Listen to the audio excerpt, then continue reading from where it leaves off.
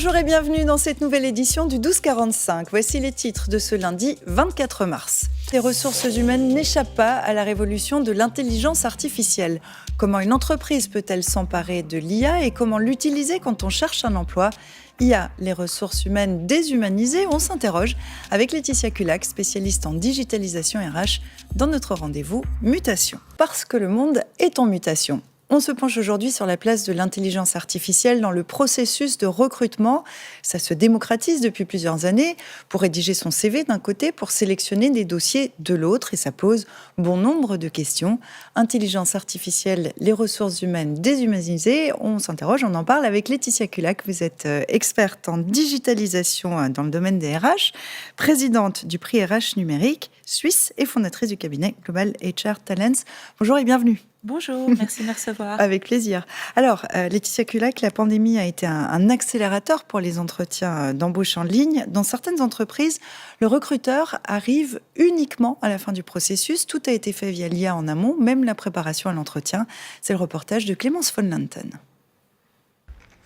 Pour les jeunes diplômés en recherche d'emploi, la concurrence est rude, d'autant plus avec des CV et lettres de motivation souvent boostés par l'intelligence artificielle. Clara Pesset, elle, cherche à se démarquer avec un CV moderne, en vidéo.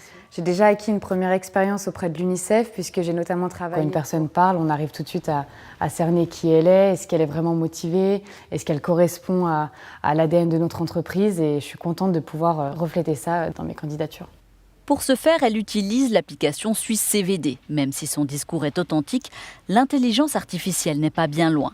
C'est ChatGPT qui aide à la rédaction et un éditeur automatique qui assure le montage de la vidéo.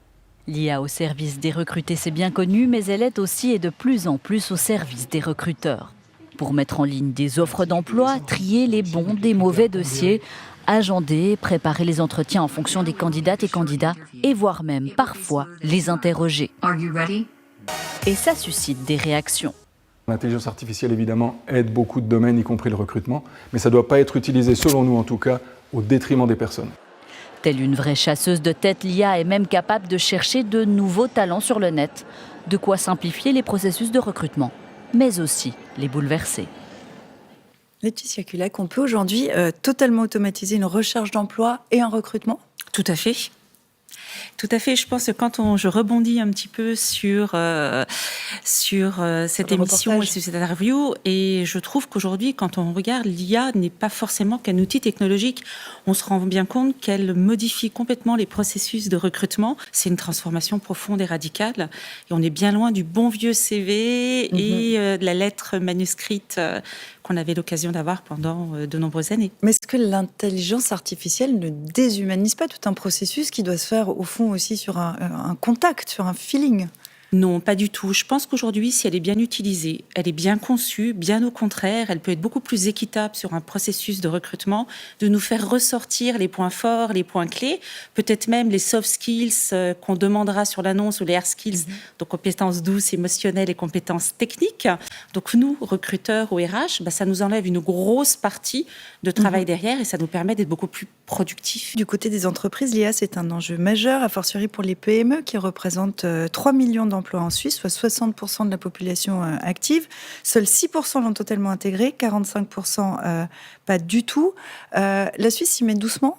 Alors, on y arrive gentiment, mais je pense qu'aujourd'hui, on est beaucoup plus spectateurs qu'acteurs. Je pense que les RH vont devoir, dans les prochaines années, en prendre compte et se rendre compte que c'est un complément de leur job. Et ils doivent s'en servir en termes de complément. On ne doit pas en avoir peur, parce que de toute façon, on va être de plus en plus dans une société de rentabilité et de productivité, et qu'aujourd'hui, tout chef d'entreprise va demander d'être beaucoup plus efficient pour être productif. Une dernière question, d'un mot rapide. Est-ce que vous avez peur, vous, pour votre emploi ? Pas du tout. Je pense que je vais l'utiliser. Je l'utilise, c'est devenu d'ailleurs mon meilleur ami, enfin ChatGPT entre autres. Et je pense qu'il faut bien l'utiliser. Et aujourd'hui, il faut le prendre comme un levier dans son job. Merci beaucoup Laetitia Culac, experte en digitalisation dans le domaine des RH, je le rappelle. Merci à vous. Mais c'est à moi. Bientôt.